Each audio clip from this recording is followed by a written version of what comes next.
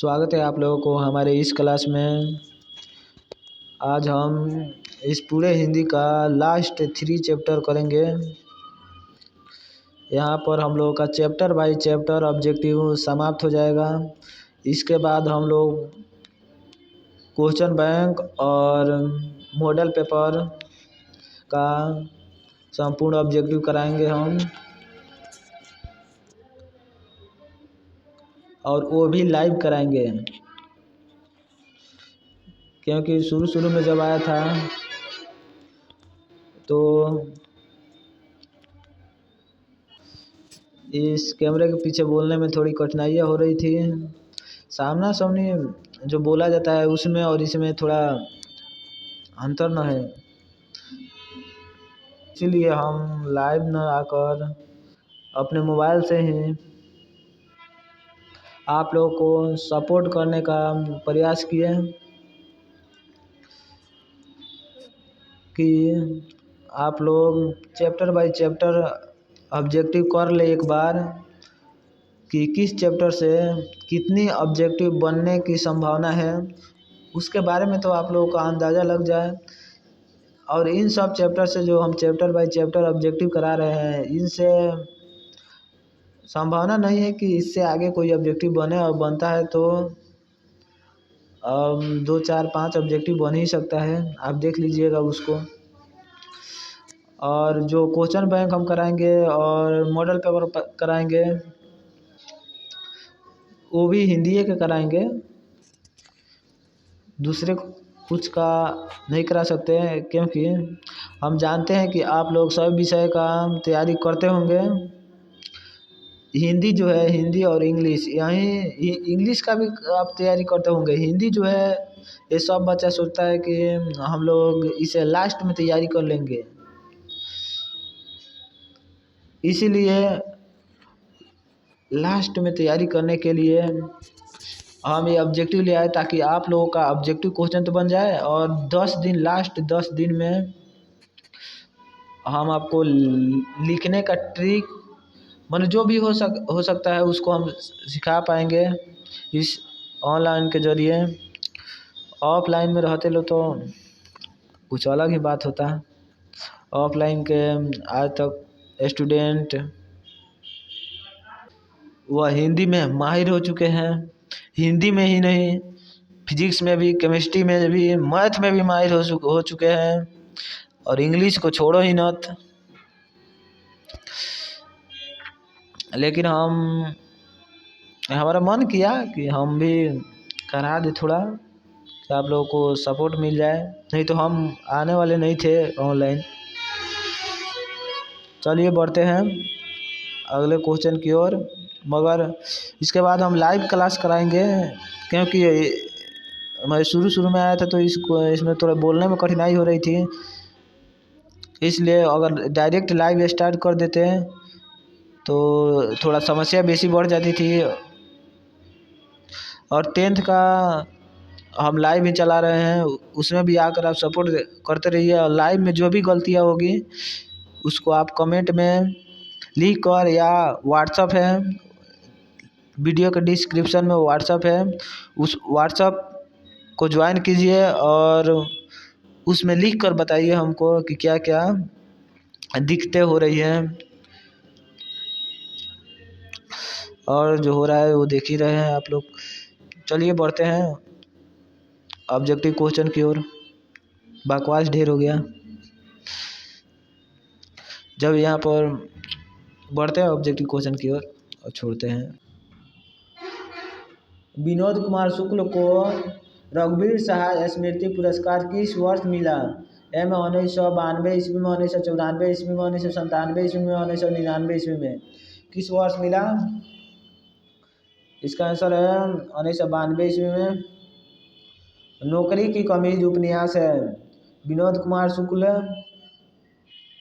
Henry लोपेजा, सी में Anton Chekhov, और डी में शहादत केवांगथान। किसकी उपन्यास है? विनोद कुमार शुक्ल की।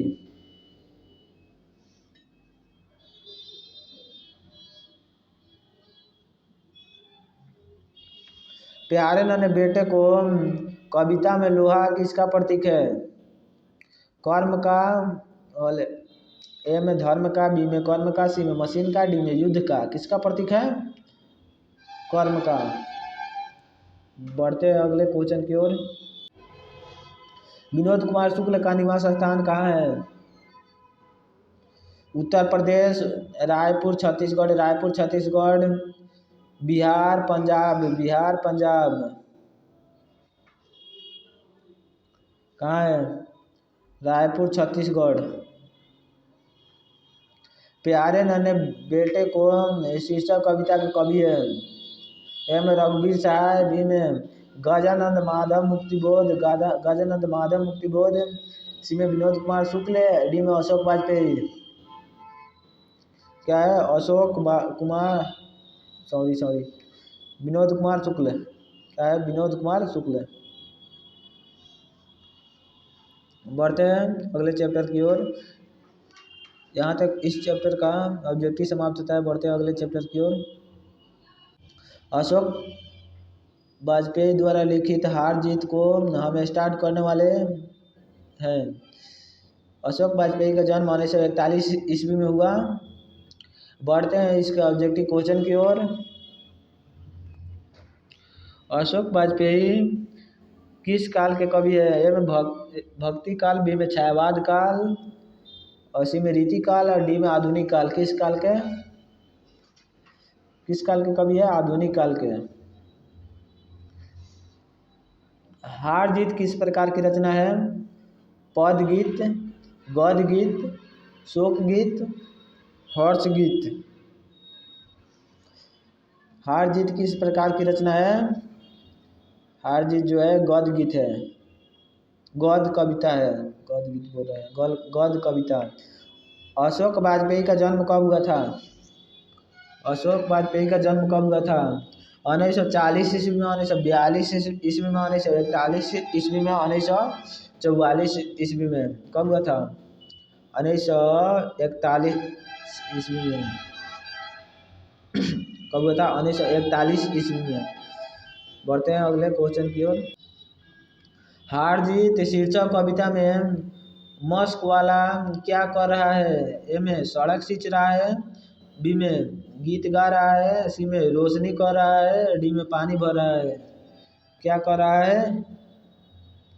सड़क सींच रहा है। क्या कर रहा है? सड़क को सींच रहा है। बढ़ते हैं अगले क्वेश्चन की ओर। हार जीत किस कोटि की कविता है?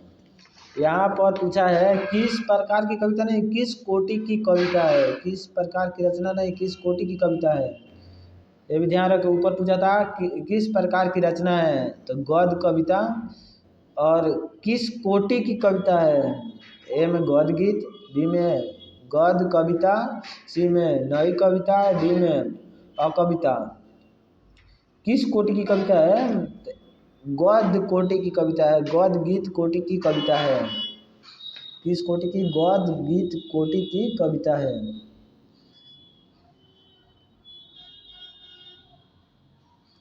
गद्य गीत कोटि की कविता। बढ़ते अगले क्वेश्चन की ओर। अशोक वाजपेयी ने राज्य की सेवा किस रूप में की? ए में कवि रूप में, बी में आलोचक के रूप में, सी में भारतीय प्रशासनिक सेवा में, और डी में राजनीतिज्ञ के रूप में। किस रूप में? इसका आंसर है भारतीय प्रशासनिक सेवा के रूप में। भारतीय प्रशासनिक सेवा रूप में। हार जीत किस प्रकार की कविता है? फिर आ गया देखो, ए में गद्य कविता, बी में पद कविता, सी में गीत, डी में मुक्तक। किस प्रकार की कविता है? गद्य कविता है। किस प्रकार की? गद्य कविता। हार जीत कविता किस कविता संग्रह से ली गई है? कोई इसको उठा देना दो।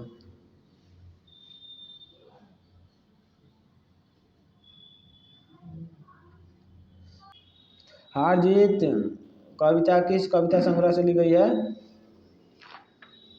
ए में कोई नहीं वहीं से, बी में अधिनायक, सी में 10 तस्वीरें, और डी में जिन्होंने जीना जाना, जीना जाना, यह कविता है जो कहीं नहीं वहीं से ली गई है, कहीं नहीं वहीं से ली गई है। हार जीत कविता किसकी है?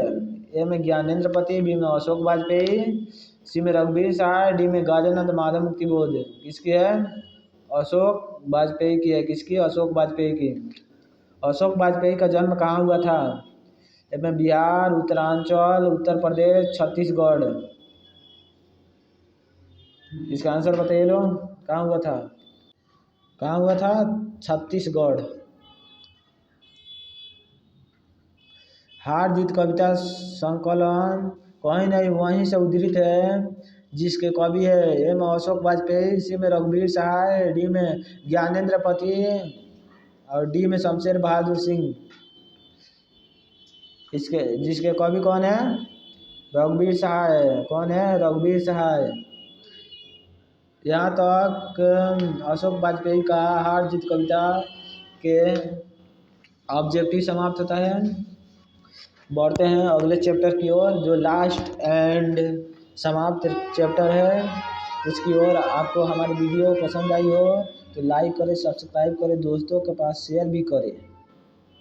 बढ़ते हैं अगले चैप्टर की ओर। गांव का घर, ज्ञानेंद्र पति, जिनका जन्म हुआ था 1950 ईस्वी में। बढ़ते हैं इसका ऑब्जेक्टिव क्वेश्चन की ओर। पेशगी, पेशगी है ए में प्रतिपूर्ति, बी में निबंध, सी में कहानी, डी में आलोचना। क्या है? पेशनी जो है इसका आंसर है कहानी है। परेश्वरनाथ रेणु की पुस्तक है ए में उर्वशी, बी में मैलांचल, सी में कुरुक्षेत्र, डी में सत्यकामा। क्या है? इसकी पुस्तक है मैलांचल। कवि ने कहा क्या है? कवि ने कहा क्या है? कहानी संग्रह, नाट्य संग्रह, कविता संग्रह, निबंध संग्रह। क्या है? कवि ने कहा क्या है? क्या है? कविता संग्रह। क्या है? कविता संग्रह। बढ़ते हैं अगले क्वेश्चन की ओर। गांव का घर किसकी रचना है? ए में ज्ञानेंद्र पति, बी में अशोक वाजपेयी, सी में रघुवीर सहाय, डी में अगेन। किसकी रचना है? ज्ञानेंद्र पति की। किसकी रचना है? ज्ञानेंद्र पति की। गांव का घर किस कविता संग्रह से उद्धृत है? संस आत्मा, कवि ने कहा, पढ़ते पढ़ते, गंगा तट। किससे? किस संग्रह से? किस संग्रह से उद्धृत है? संस आत्मा। संस आत्मा। हरी चैती, बिरहा आला, गूंगे किस कविता की पंक्ति है? हरी चैती, बिरहा आला, गूंगे किस कविता की पंक्ति है? ए में पुत्र वियोग, बी में गांव का घर, सी में अधिनायक, डी में उषा। किसकी पंक्ति है? गांव का घर। बढ़ते हैं अगले क्वेश्चन की ओर। हिंदू का प्रशासन किसने प्रारंभ किया था? ए में अंबिका प्रसाद, बी में देवी प्रसाद, सी में रहीम प्रसाद और डी में सुखदेव राम। किसने?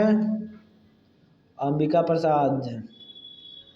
पेशगी कहानी के लेखक है ए में हेनरी लुपेज, बी में मोहन राकेश, सी में अंतोन चेखव और डी में लुसुन। Henry Lopez. इसका आंसर है हेनरी लोपेज। वो क्या कहते हैं?